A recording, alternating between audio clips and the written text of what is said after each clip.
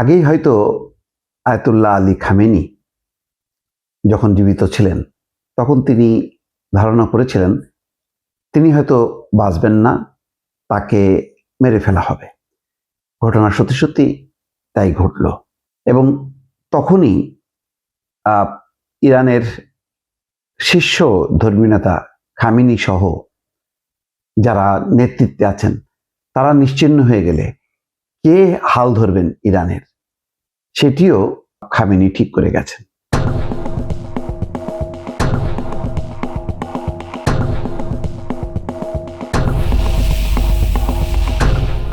এখানে বলা হচ্ছে যে ইরানের ন্যাশনাল সিকিউরিটি কাউন্সিলের প্রধান আলী লারিজানি তিনি হয়তো হাল ধরবেন। এখন খামেনি নিহত হওয়ার পর সেই দিকে হয়তো যাবে ইরানের শাসক গোষ্ঠী। নিউ ইয়র্ক টাইমসের এক খবরে বলা হচ্ছে খামেনির অবর্তমানে এবং যে কোনো জরুরি পরিস্থিতিতে দেশের অস্তিত্ব টিকিয়ে রাখতে এবং প্রশাসনিক ধারাবাহিকতা বজায় রাখতে জাতীয় নিরাপত্তা প্রধান আলী লারিজানিকে বিশেষ দায়িত্ব দেওয়া হয়েছে। চিন্তা করেন কতখানি বিচক্ষণ।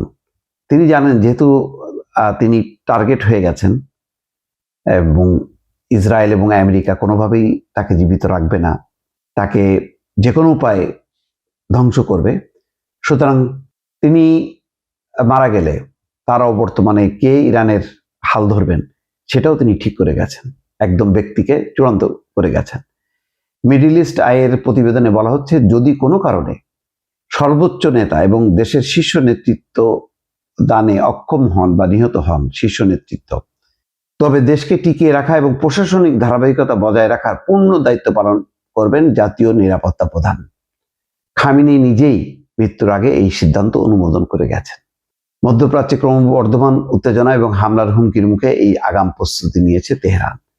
মূলত সম্ভাব্য রাজনৈতিক শূন্যতা এবং নেতৃত্বহীনতা এড়াতে খামেনির এই আগাম সিদ্ধান্ত ইরান জুড়ে এক নতুন সমীকরণ তৈরি করেছে। সাম্প্রতিক সময় হিজবুল্লাহ প্রধান হাসান নাসরুল্লাহ এবং হামাস নেতা ইসমাইল হানিয়ার মতো মিত্র নেতাদের উপর সফল গুপ্ত হত্যার ঘটনা ইরানকে গভীরভাবে ভাবিয়ে তুলেছে যে হিজবুল্লাহর প্রধান তিনিও নাই, হামাসের প্রধান তিনিও নাই।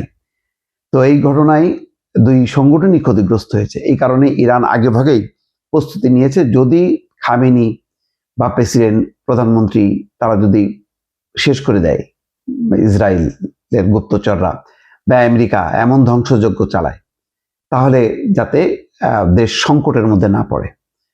খামেনি মনে করেছিলেন যে ইরানের অভ্যন্তরীণ চেইন অফ কমান্ড বা নেতৃত্বকে লক্ষ্যবস্তু করা হতে পারে। এই শূন্যতা পূরণে এবং সম্ভাব্য বিশৃঙ্খলা এড়াতে আলী লারিজানি বা জাতীয় নিরাপত্তা পরিষদের প্রধানকে বিশেষ ক্ষমতা দেয়া হয়েছে। বিপ্লবী গার্ড কোরের সদস্য এবং উচ্চপদস্থ বেশ কয়েকজন কর্মকর্তার বরাতে রোববার নিউ ইয়র্ক টাইমস এই প্রতিবেদন দিয়েছে।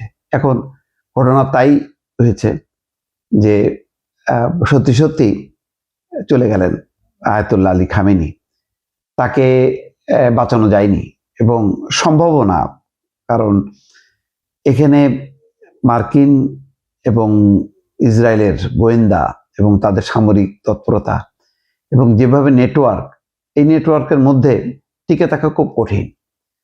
সেই কারণে ইরান পূর্বের ঘটনার আলোকে বিশেষ করে হিজবুল্লাহ এবং হামাসের যে পরিণতি সেটা মাথায় রেখে তারা সেভাবে সাজিয়েছে যে কার পরে কার, কার পরে কার। যদিও এখনো পর্যন্ত অস্পষ্ট যে গতকাল থেকে এখন পর্যন্ত হামলায় ইরানের সর্বোচ্চ পর্যায়ে কতজন নিহত হয়েছে বিষয়টা এখন স্পষ্ট হয়নি।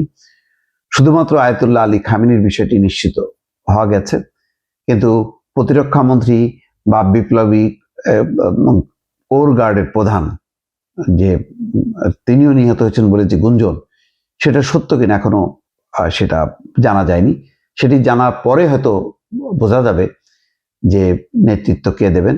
এবং ইতিমধ্যে খামেনির মৃত্যুতে 40 দিনের রাষ্ট্রীয় শোক, 7 দিনের ছুটি, সরকারি ছুটি ঘোষণা করা হয়েছে। তার মানে এখনো ইরানের সরকার মানে তার চেইন অফ কমান্ড ঠিক আছে। কে নেতৃত্ব দিচ্ছেন হয়তো আজকের মধ্যেই ঘোষণা হবে, এবং এটা যদি শূন্যতা থাকে তাহলে একটা ভয়ঙ্কর পরিস্থিতি তৈরি হবে। আভ্যন্তরীণভাবে একটা সংঘাত তৈরি হতে পারে, আবার ইরানের যারা যুদ্ধ করছে তাদের মনোবলও ভেঙে যেতে পারে। তো বিষয়টা খুবই এখন নাজুক অবস্থার মধ্যে চলছে। দেখা যাক, মানে নিশ্চয়ই জানা যাবে কিছুক্ষণের মধ্যেই যে কি ঘটতে যাচ্ছে ইরানে।